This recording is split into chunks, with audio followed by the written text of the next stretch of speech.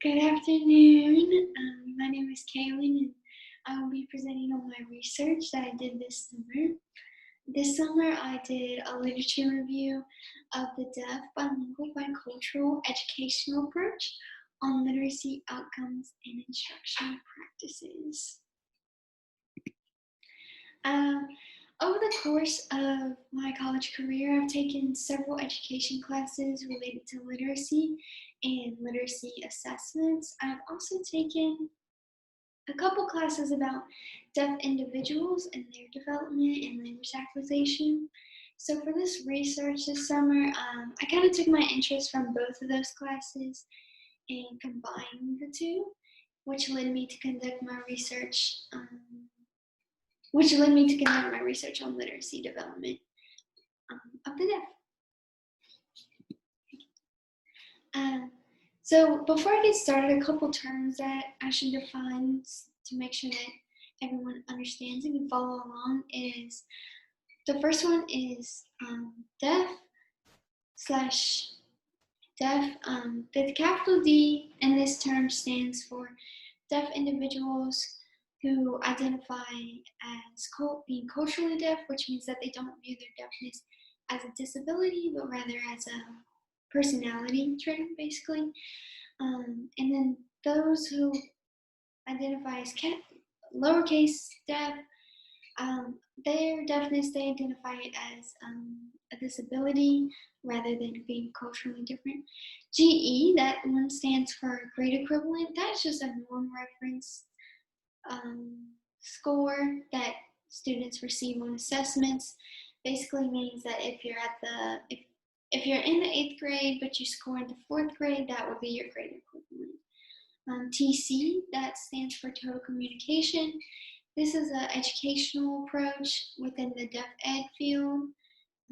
Lastly, SIMCOM, it stands for simultaneous communication, and this means that people are signing and speaking at the same time. And then the last term is bilingual-bicultural, which is another deaf education approach.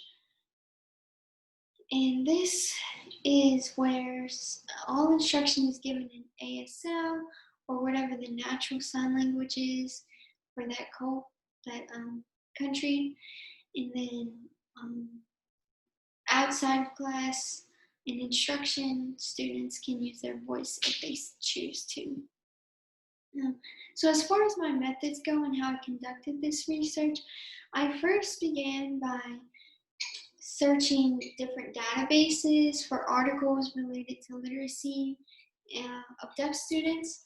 I found a total of 21 articles that related to literacy, and the different databases that I searched were American Annals of the Deaf, Deaf Education, and then different databases that Lee University's library had access to.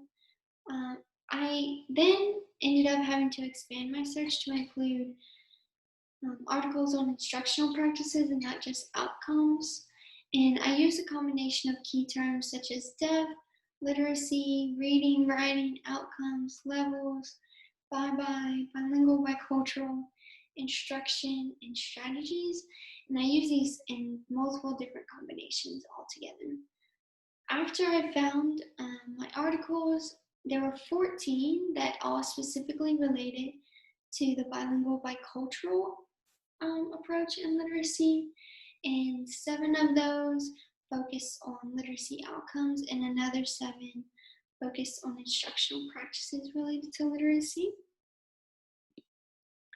So some recent trends in education is to focus on literacy. This trend is more recent as in past years, the focus was on STEM and Common Core because there began development to focus on math, and this has caused literacy to decrease, and we are now realizing that and putting the focus back on literacy. So according to national assessments, students' performance has decreased over years. The decrease has caused educators in all settings, not just public schools or private schools, but all settings to focus on literacy. And this is especially important within the deaf education field because the deaf are already at a disadvantage and have lower literacy levels than most hearing individuals and peers their age. So within the deaf education field, there are three main educational philosophies.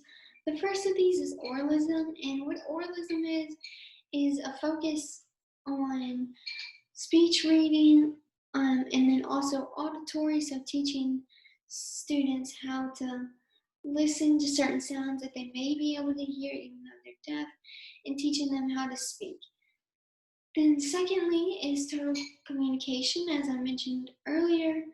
This is signing and speaking at the same time. It's a second educational approach seen within deaf ed. This is focused on both signing and speaking at the same time. Instruction is it's not ASL, but it's English on the hands. And then the third approach is bilingual-bicultural. This approach separates English and ASL completely. They're two separate different things. And all instruction is given in ASL, or the natural sign language of the country. And they also focus on cultural aspects of deaf culture. So just a little history and background on deaf education and deaf individuals and their literacy development.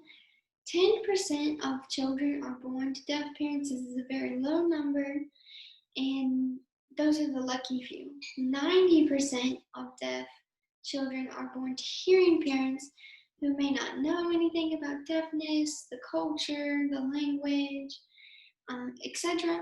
So they're at a disadvantage and do not have access to language from birth. Many deaf individuals lack access to language during foundational years.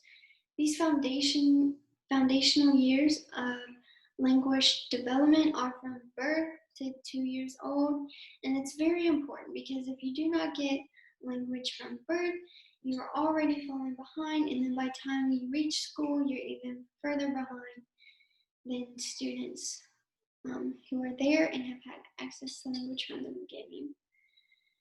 The reading level for many deaf students has been historically as a grade equivalent of the 4th grade level, and they don't typically go beyond that.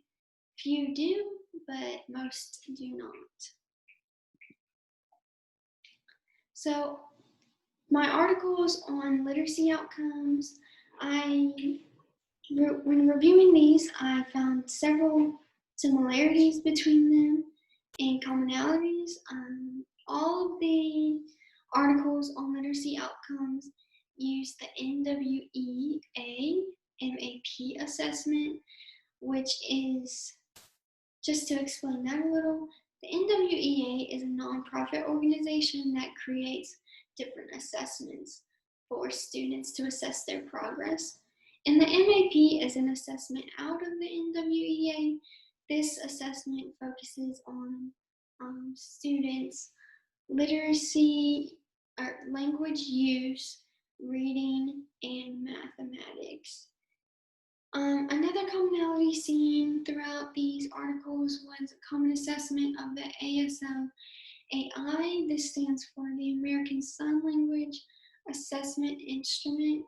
This assesses students' ASL proficiency. Also throughout these articles, there were several factors that contributed to student success, one of them being the educational philosophy that was used. So in mine, it was the bilingual-bicultural. This was seen to positively affect students' outcomes. Secondly, students' ASL proficiency was seen to positively affect students' literacy outcomes as well. Moving on to my articles on instructional practices, there were 3 elements seen to positively correlate with positive literacy outcomes. Those 3 were vocabulary development, students' sign proficiency, and developing phonological awareness. Additionally, the strategies seen throughout these, or the use of conceptual translation. This means that oftentimes in sign language, one sign can have multiple English meanings. For example, the sign great. This also means wonderful, fantastic, amazing in English, not just great. Secondly, they had students discriminate between signs that share sign parameters. For example, summer, ugly, and dry all use the same handshake and movement, but they're in different placements. This would be the same as hearing students discriminating between cat, sat, bat, mat, rat. And then lastly, is strategic and interactive writing instruction, SIWA. This helps students develop meta-linguistic awareness and helps students make comparisons between ASL and English grammar. So as far as my conclusions go, I learned a lot over the summer in my research. I learned not only about literacy development within the deaf, but also just the research process in general. And I thoroughly enjoyed my research. However, there does still need to be more research conducted in this area, so some suggestions for that would be for research to be completed on instructional practices based on research and their effectiveness. In depth ed, there are not many research-based practices, so there needs to be more on that. Additionally, continued research should be conducted on how the bilingual, bicultural approach affects literacy. That is all I have for today. If there are any questions, please let me know. Thank you for enjoying this, and have a nice day.